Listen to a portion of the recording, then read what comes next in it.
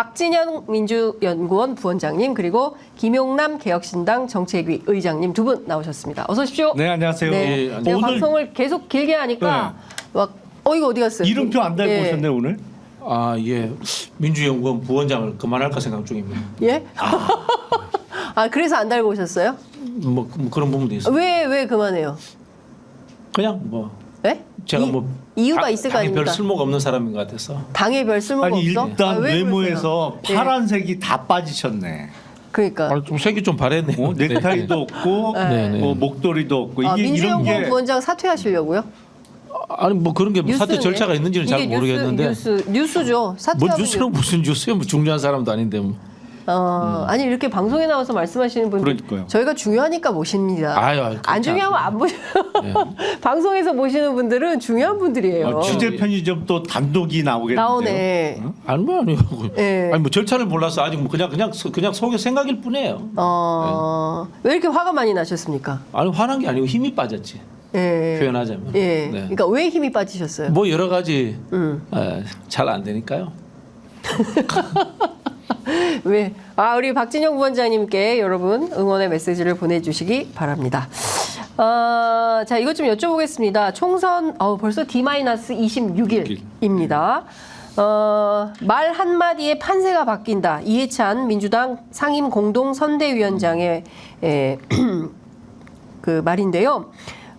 사실 지금 도태우 후보, 그 다음에 야당의 정봉주 후보 두 분의 이제 밤사이에 결정이 됐습니다. 공천 취소 이런 결정이 났는데 혹시 이 문제 때문에 박진영 부원장님 속상해하시는 건가요? 아니 뭐 그런 부분은 아니고 네. 저도 뭐 관련해서 이제 제 기사까지도 나왔더라고요. 뭐 음주 옹호 논란, 박진영, 정봉주 옹호 뭐 이렇게 이야기를 했는데 그 좀 상당히 불쾌했어요. 제가 음주를 옹호한 적은 없고요. 네. 그때도 제가 썼던 글이 음주는 절대 안 됩니다. 딱 서두에 나옵니다. 제가 옹호했던 것은 네. 이재명을 옹호했던 거고 정봉주를 옹호했던 거지 네. 세상에 음주 옹호하는 바보가 어디 있습니까? 그런 식으로 이제 언론들이 딱 몇 줄만 딱 빼내가지고 사람을 매도하고 프레임을 만들지 않습니까? 그런 것들이 좀 불쾌했고요. 네. 이번에 이제 정봉주 의원이 공천 취소되는 과정에서도 온갖 이제 확인되지 않은 루머라든가 그런 것들을 막 언론에서 쏟아내지 않습니까? 어떤 게 확인되지 않은 루머인가요? 뭐 과거사 관련돼서는 확인되지 않은 것들이 사실은 많았죠. 그리고 그 보도 내용 중에 그런 내용이 예, 있습니다. 보도 내용 그런 부분들도 있고 사과 관련해서도 정봉주 의원은 그 당시에 이종영 의원이 항의를 했단 말이에요. 그분이 목발질의 피해를 받고 국회의원이 되신 분인데 그분이 항의를 하니까 이제 그분에게 사과를 했던 거예요. 나머지 두 분들은 항의도 하지 않으셨고 그분들이 사실 존재도 몰랐던 거예요. 소재 파악도 안 됐고 그래서 못했던 건데 이걸 이제 거짓말을 한 것처럼 이렇게 지금 프레임이 짜여졌죠. 근데 보도에 따르면 유선상으로 사과한 것처럼 했는데 이종영 의원한테 했던 거죠. 그런 사과는 없었다라는 거잖아요. 아니 그 부분은 이종영 의원하고 서로 이제 진실 관계를 확인을 해봐야 돼요. 예. 그러니까 지금 확인되지 않은 사실이다. 그게. 정봉주 의원은 분명히 했다라고 이야기하고 그쪽에서는 사과 받았다 아니면 받지 않았다는 이야기를 하지 않으셨어요. 예. 네. 그러니까 그게 사실관계 확인이 그러니까 구분이 안 된 거야. 추가 취재를 통해서 나머지 확인이 군인들한테는 항의도 안 하셨고 그분들은 네. 그다음에 소재도 몰랐기 때문에 사과할 수 없는 상황이었고 이종영 의원은 항의를 했고 거기에 대해서 정봉주 의원은 사과를 했다라고 이렇게 이야기를 했거든요. 네. 어떻게 보세요? 지금은 과거 발언이 계속 문제가 되고 있잖아요. 네. 근데 과연 여기서 끝일까? 그러니까 국힘의 도태우 후보, 더불어민주당의 정봉주 후보가 공천이 취소됐어요. 근데 그 양 지역 모두 사실은 양당의 공천이 확정되면 사실상 당선이라고 볼 수 있는 초강세 지역이란 말이죠. 네. 근데 여기서 마무리가 될까? 저는 좀 더 남은 것 같아요. 왜냐하면 2012년 총선 때 말 때문에 끝까지 문제가 되다가 뒤늦게 총선 그때 제 기억으로는 거의 일주일쯤 남았을 때 공천 취소가 된 사례가 있습니다. 네. 그러니까 낙검수 멤버 중에 한 분이던 김용민 후보가 그랬는데 2012년 총선에 당시 새누리당이 일당이 되잖아요. 네. 그때 민주당 쪽이 총선 패인 중에 하나로 그걸 짚은 적이 있어요. 네. 그래서 후보들의 과거 발언이 문제가 됐을 때 이거 아마 못 버틸 거다 양 당이라고 저는 생각을 했는데 아직 끝나지 않는 것 같아요. 더 있어요. 지금 이 과거 발언 때문에 공천이 취소될 사람들이 몇 명 더 있습니다. 그러니까 뭐 총선 때는 장사가 없어요. 그냥 여론이 안 좋으면 얼마든지 그 바뀔 수 있는 것이고 지금 오늘로 26일 남았는데 선관위 등록 이후에도 얼마든지 바뀔 가능성이 있는 것이기 때문에 네. 이거는 제가 보기에 시작이다. 시작에 불과하다. 이런 생각이 들어요. 저는 이제 그게 네. 언론의 이 관음증적 경향도 한몫을 한다고 봅니다.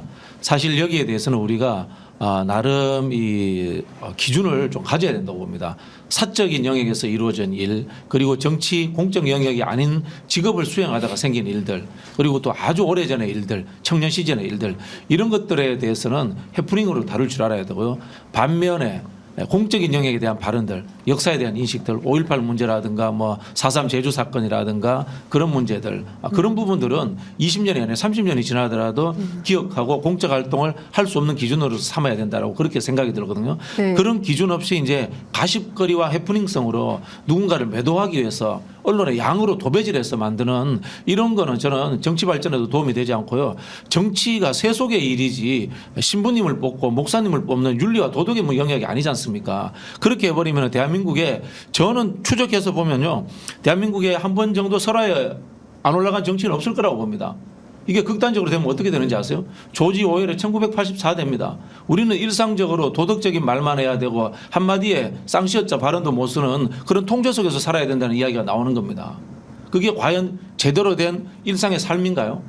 문학 작품에서도 우리가 때로는 이 감칠맛을 만들기 위해서 욕설을 쓰기도 하고 뭐 그런 것들도 존재해야 되는데 그런 것들까지도 다 규제해야 되는 세상으로 갈 수도 있는 겁니다. 자, 그러면 제가 이 질문 좀 드려보겠습니다. 그러니까 5.18 역사 왜곡에 대해서는 발언하면 안 되고 북한군 목함지뢰로 다리를 잃으신 분들에 대해서는 발언해도 되는 건가? 아니 뭐 그 부분을 제가 특정한 건 아니에요. 특정한 건 아니에요. 나머지 부분들 사생활까지 파헤치는 이런 부분들을 이야기하는 거고요. 아, 사생활. 그러니까 지금 이제 선진국들의 정치가 이루어지는 부분들이 보면은 사생활에 대해서 굉장히 좀 관대한 측면도 있잖아요. 뭐 지금 마크롱 대통령 문제도 마찬가지고 그런데 이 속에서 뭐가 감춰지냐면요. 최근에 이제 거대 양당이 10대 공약을 발표했는데 네. 아무도 다뤄주지 않아요. 아무도 다뤄주지 않아요. 뭐 혹자들은 그렇게 이야기합니다. 이 거대 양당이 정책이라든 공약을 재밌게 못 만들어서 그렇다. 뭐 그런 이야기들을 하기도 합니다. 공약이 재밌으면 안 되는 거죠. 그런데 이게 사실은 네. 우리 이 시청자들도 네. 진지하고 토론하고 우리 사회를 어떻게 발전시키가는 깊이 있는 것에 대해서 숙고하는 것에 대해서 잊어버린 거예요. 네. 말초적인 그 기사들이 만들어내는 자극성 여기 지금 취해가고 있는 측면이 저는 있다고 근데 봅니다. 저는 이게 자신의 발언과 관련된 건데 이게 언론의 문제, 보도가 문제다라고 하는 것은 아닌 것 같고 이게 해프닝으로 넘기기에는 이제 뭐 개인의 어떤 그 재판 결과가 보도된 거잖아요. 아니 그러니까 제가 말씀드리는 게 이런 예. 겁니다. 구별은 하자는 거죠. 예. 구별은 하자는 거죠. 예. 구별하지. 저는 뭐 정의원만을 이야기하는 것이 아니고 예. 지금 다른 분들도 예. 계속해서 그런 일들이 나올 그러니까 거 물론 아닙니까? 이제 저희가 뒤이어서 장해찬 전 최고 뭐 등의 이제 발언을 하게 될 텐데 여하튼 이제 그 박진영 부원장의 판단은 그렇다는 것이고 자 우리 예. 김용남 의원님은 어떤 판단이신지 얘기 그냥 듣고 한 가지만 넘어가겠습니다. 좀 미리 말씀드리면 네. 거대 양당만 10대 공약을 발표한 게 아니고요. 저희도 10대 공약 발표했습니다. 네, 근데 네. 그거는 네. 이제 선관위에 의무적으로 제출을 해야 되는 거예요. 선거 앞두고 각 정당이 10대 공약을 정리해서 발표를 했는데 저희 것도 안 다뤄지고 있고요. 네. 저는 이렇게 생각합니다. 뭐 정봉주 전 의원님 저하고 방송도 많이 하고 두 분 다 친한 분. 예, 친분도 있습니다만 이게 몇 가지 요소가 좀 겹친 것 같아요. 왜냐하면 박용진 의원이 맨 끝에 의정 활동을 가장 못한 하위 10%에 속했다라는 게 일단 많이 보도가 됐잖아요. 네. 그래서 이른바 민주당에서 이루어지고 있는 비명 행사 공천이 강북 을에서도 이루어질 것이냐가 관심의 초점이 됐어요. 네. 그리고 마이너스 30%의 감점을 받고 결과가 어떻게 나올 것인가가 많은 국민들의 이목이 집중된 상태에서 거기서 정봉주 후보가 경선에서 이긴 거로 발표가 됐단 말이죠. 그러니까 네. 몇 가지 요소가 저는 겹쳤다고 생각을 해요. 그러니까 많은 민주당 지지층의 일부를 포함해서 국민들이 박용진 의원 같은 사람이 퇴출되는 게 과연 맞느냐 이런 문제의식을 갖고 있는 상황에서 또 박용진 의원의 일종의 당내 자객 공천으로 이루어졌던 정봉주 전 의원의 경선 승리에 대해서 이게 워낙 관심이 집중된 상태에서 정봉주 전 의원의 발언이 문제가 되다 보니까 휘발성이 커진 것이고 만약에 정봉주 전 의원님이 다른 지역구 그러니까 그 정도의 관심을 많이 안 받을 수 있었던 지역에 출마해서 경선 승리를 했다고 하면 이렇게 경선에서 이기고 공천이 취소되는 사태까지는 안 갈 수도 있었다라고 저는 생각을 해요. 근데 여러 가지 요인이 겹치다 보니까 총선 전체 판을 고려해야 되는 당 지도부 입장에서는 정봉주 의원 살리다가 전체 서울판 아니면 전체 전국판이 흔들릴 수도 있겠다라는 우려 때문에 어젯밤에 그런 결정을 했다고 보는데 네. 자, 이거는 총선 때마다 늘 있었던 일이라고 알겠습니다. 생각합니다. 이게 이제 총선 때마다 늘 있었는데 왜 안 바뀌냐라는 자, 이야기를 저는 하고 싶은 11시 거예요. 16분인데요. 저희가 의제에 다뤄야 될 게 너무 많아서 네. 좀 넘어가도록 하겠습니다. 장해찬 전 최고도 과거 SNS 글이 계속해서 논란이 좀 되고 있어요. 이걸 좀 한번 띄워주시면 좋을 것 같은데요. 장해찬 후보뿐만 아니라 한 분 더 있죠. 그 대전의 조승현 후보. 네. 일단 장해찬 후보부터 보겠습니다. 뭐 근혜 누나 어부지리 당선 미리 축하 뭐 이런 등등의 내용들이 이제 쭉 영남 꼴통들 뭐 이분이 지금 부산 수영에서 출마하는데 저런 비하 발언이 이제 계속 나오고 있는 거죠. 한 입으로 두말하는 이런 저는 뭐 읽기조차가 네. 민망한 수준입니다. 이런 분은 괜찮습니까? 어떻게 보세요? 안 괜찮죠. 그렇죠. 아니 그리고 저는 야.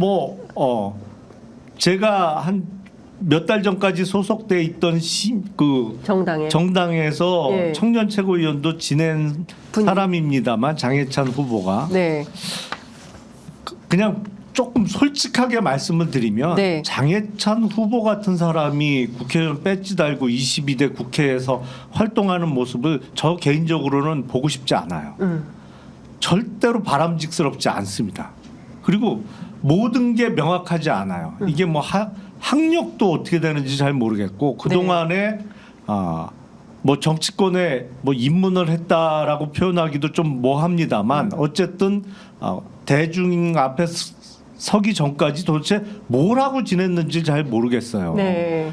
단 하나 분명한 건 윤석열 대통령의 호위 문사 중에 한 명이라는 건 인정하겠어요. 그건 분명하죠. 그건 분명해요.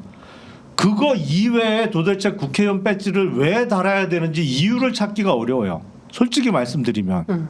그래서 아까 제가 시작할 때 이게 아직 끝나지 않았다라고 생각을 하는 게 네. 대표적인 케이스가 이런 경우입니다. 네. 아니 물론 거기 부산 수영구라는 게 네. 대구 못지않게 국힘 강세 지역이 사실이에요. 뭐 얼마 전에 나온 여론조사 보니까 상대 후보에 비해서 여론조사에서 한 20% 정도 앞서는 여론조사 결과도 나온 걸 봤는데 네. 21대 국회도 참 한심하지만 22대는 한술 더 뜰 것 같아요. 이런 저는 글쎄 대한민국 국회의원으로 이런 후보들이 네. 배지 달고 본회의장에서 활동하는 거 결코 보고 싶지 않습니다. 네.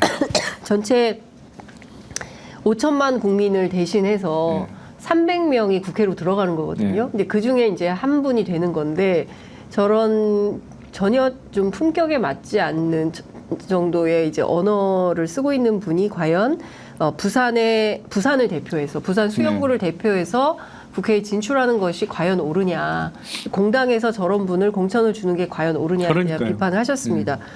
박진영 원장 어떻게 보세요? 지금 뭐 우리 대통령께서 바이든 날리면 이 땡땡 저 땡땡 하시는 분입니다.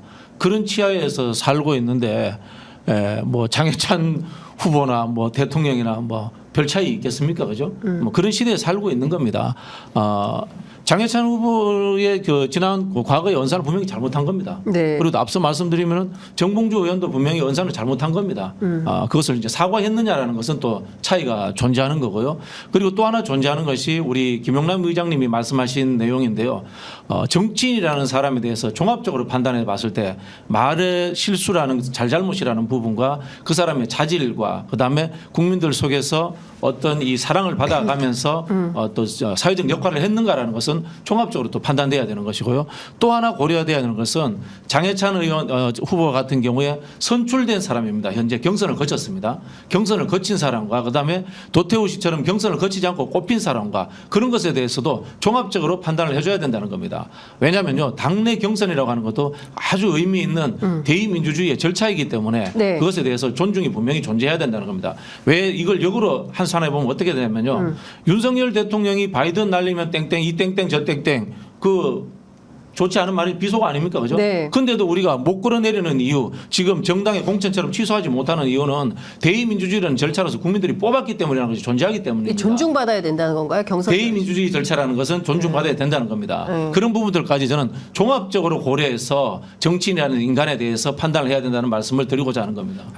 여기서 한 가지만 좀 덧붙이자면 네. 앞서 이제 경선이라는 절차를 거친 거를 말씀 주셨는데 지금 국민의힘 그 경선에 경선은요 상당히 심각한 문제가 문제가 있습니다. 아, 그렇습니까? 예. 부정선거 의혹도 있죠. 사실은 이 공천 전부가 예. 특히 경선 결과가 다 무효화될 만한 사유가 있어요. 그렇죠. 왜냐하면 여론조사 경선이라는 거는 예. 적어도 세대별 구성에 따라서 맞춰야 되잖아요. 아니 법률이 정하고 있더라고요. 제가 어제 찾아봤는데 공직선거법 108조에 따르면 조사 대상의 전 계층을 대표할 수 있도록 피조사자를 선정하여야 네. 한다라고 되어 있어요. 중선관위 그 선거 기준에도 조사 기준에도 유권자의 성별, 연령대별, 지역별, 구성 비율을 등을 기준으로 한 가중값 배율을 밝혀야 한다 이렇게 그렇죠. 규정하고 있습니다. 아니 그래서 예를 들어서 20대 30대가 우리나라 전 연령층의 예를 들어서 30%를 구성한다면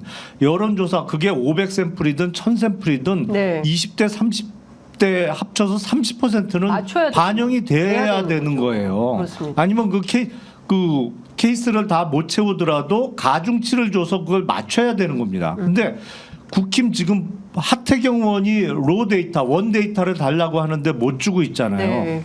지금 일각의 주장에 의하면 그 중성동 을에서의 경선을 할 때 50대 이상이 86%를 차지했다는 주장이 있어요. 네. 그리고 이 원 데이터를 못 주고 있거든요. 그러면 20, 30대가 14%. 그러니까요. 네. 아니 그러면 이거 경선 자체가 무효예요. 그렇죠. 하태경 의원이 이 문제 제기를 하니까 하나씩 밝혀지고 있는 건데 네. 지금까지 국힘에서 이루어졌던 경선에서 여론조사는 다 이런 식으로 이루어졌을 가능성이 매우 높은 겁니다. 근데 지금 정당에서 국민의힘에서 어떻게 공식 입장을 밝히고 있냐면 그거 맞는데 당내 경선에서는 적용되지 않아. 이렇게 얘기하고 있거든요. 공식 그럼 입장이. 경선이 당내 경선 말고 당외 경선도 있어요? 그거는 그 뭔 소리? 그 말이야 뭐야? 우리는 그게. 문제가 없어. 이런 주장을 하는 말 거예요. 같지도 않은 소리. 네. 법률적 무지인 게요. 당내 경선은 선거법에 준용한다라고 되어 있습니다. 그리고 대한민국 헌법 8조 2항이 정당은 민주적으로 운영돼야 된다고 규정되고 있거든요. 사실 지금 이 거대 정당들이 하고 있는 행위들이 헌법 위반의 소지가 있다고 봅니다.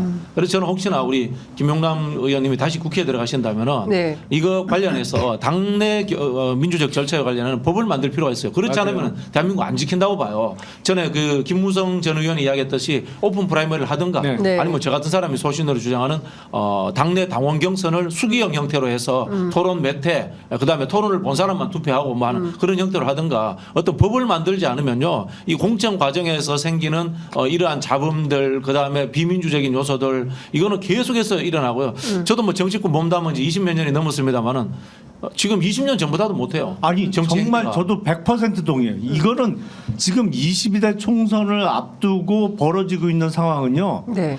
20년 전만도 못해요. 정말 맞습니다. 형편없이 추락했어요. 제가 보니까 수준이. 정치의 퇴행이 심각합니다. 민주당은 네. 노무현 정부 시절이 제일 낮고 국민의힘은 이회창 총재 시절이 제일 민주적이었던 것 같아요. 제가 또 돌아보니까. 그러니까 지금 너무 심각하다라는 말씀 주셨는데 그러면 국민의힘의 경우에는 이 경선 다 무효하고 처음부터 다시 해야 되는 거 아닌가요? 사실은 그렇죠. 예. 이거 경선 무효예요. 이런 식으로 그러니까 아무도 예. 그 의혹은 있었지만 네. 공개 질의를 못해서 넘어갔었는데 네. 저는 뭐 국힘 소속도 아니니까 제가 남의 당 일에 감나라 배나라 할 수는 없는 거고 네.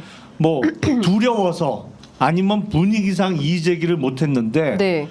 이거는 경선이 아니거든요. 더군다나 여론조사 경선은 아니죠. 이건 선착순이지 그냥. 그러니까요. 뭐 연령별로 분포가 어떻게 돼 있던 무조건 500샘플, 700샘플을 먼저 채우면 끝나버리는 거기 때문에 이건 여론조사 경선이라고 볼 수가 없거든요. 근데 다 이런 식으로 했을 가능성이 매우 높단 말이죠. 그러니까 지역에서 보면 그 민현주 후보가 있던 인천 인천, 연수 네. 같은 경우도 거기도 납득할 수가 없다라는 문제 제기가 좀 있는 것 같아요. 근데 이게 막 수면 위로 올라오는 게 아니라 이제 기자들 사이에서 이런 문제 제기가 퍼지고 있고 윤희석 대변인이 있는 강동도 지금 그런 문제 제기가 있고 이러저러한 문제 제기가 이제 계속 뭐 좀 나오고 있어요. 도대체 누가 이런 경선판을 만든 거냐, 그 의혹의 당사자가 누구냐, 그러니까 별 취재가 지금 다 진행이 되고 있는 아니 상황입니다. 그러니까 경선 결과를 보면 양당이 다 이상하잖아요.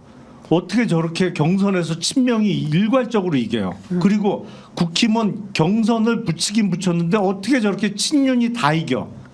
이럴 수는 없거든요. 확률상. 네. 이게 뭐가 있는 거죠. 근데 지금 민주당도 그 내용을 공개는 안 하고 있죠. 네. 박용진 의원이 요구하고 있지만 그 내용. 박용진 의원은 경선 과정이 아니고 네.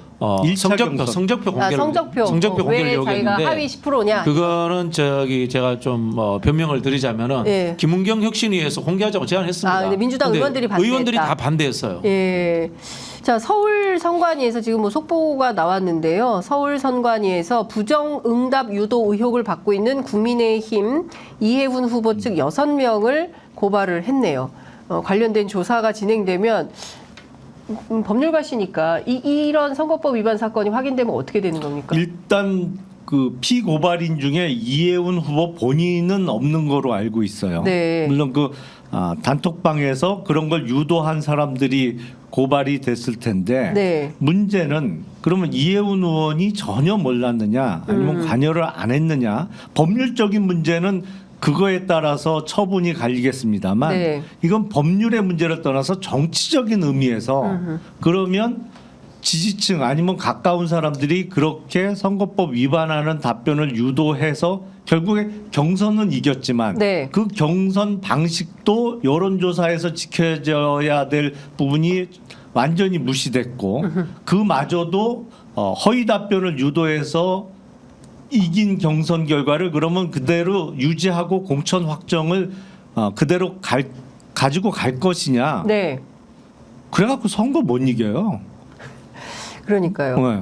그래서 저는 이거는 분명히 문제가 될 수밖에 없다라고 저는 생각을 합니다. 선거법상 상당히 문제가 되기 때문에 이 경선 근데 이제 예컨대 여기서 뒤집어지면 다른 지역들도 그렇죠. 연쇄적으로 문제 제기가 뒤집지는 않을 거예요. 어, 제가 알기로는 이제 이해훈 후보로 그냥 간다고요? 그럼 그 외에 선관위가 그 과정에 있었던 그 말씀하신 것처럼 이제 법률 위반 행위가 있는 사람들만 조사를 하지 과연 그 이해훈 후보가 인지를 했는가 또는 뭐 지시를 했는가 이거 뭐 밝혀내기 쉽지 않거든요. 아니 그건 법적 문제죠. 예, 그죠. 그렇죠. 법적 문제고. 제가 얘기하는 건 정치적인 의미에서의 네, 말씀. 아니 그렇죠. 근데 네. 그게 빨리 결론이 안 나면은 정당은 자기 행위에 그 정당성을 부여하기 위해서 속도를 내서 그냥 진행해 버리는 관성이 있어요. 글쎄요. 근데 좀 지켜봐야 될 것 같습니다. 어떤 결정을 내릴지. 예. 그리고 제가 또 하나 좀 그 조수연 후보죠. 대전에 친일 미화 발언, 일제 강점기 때가 더 좋았다. 이 후보도 지속하는 게 맞을까요? 국민의힘에 특히 이제 수도권 선거에 상당히 악영향을 미칠 것 같은데. 그만해야죠. 네? 정치하시면 안 되죠. 후보 사퇴해야 된다. 공적 활동을 하시는 게 저는 쉽지 않다. 네. 이제 그 전형적인 뉴라이트 사관인데 네. 그분 말씀하시는 게 예. 문제는 이제 대통령도 비슷하다는 거예요. 그분하고. 생각해 보세요. 3.1절 날 예. 일본하고 잘 지내야 된다는 주요 메시지를 내신 대통령이신데 예, 일단 그 국민의힘 후보들이 수도권, 충청권 후보들이 장해찬, 조수연 두 후보에 대해서 강력한 조치를 요구하고 나섰다라는 보도가 나와 있습니다. 제가 보기엔 못 버틴다고 저는 봅니다. 장해찬, 조수현 둘 다 못 두 사람, 버틴다. 예, 후보 사퇴해야 된다. 예. 알겠습니다. 자, 지켜보도록 하겠습니다.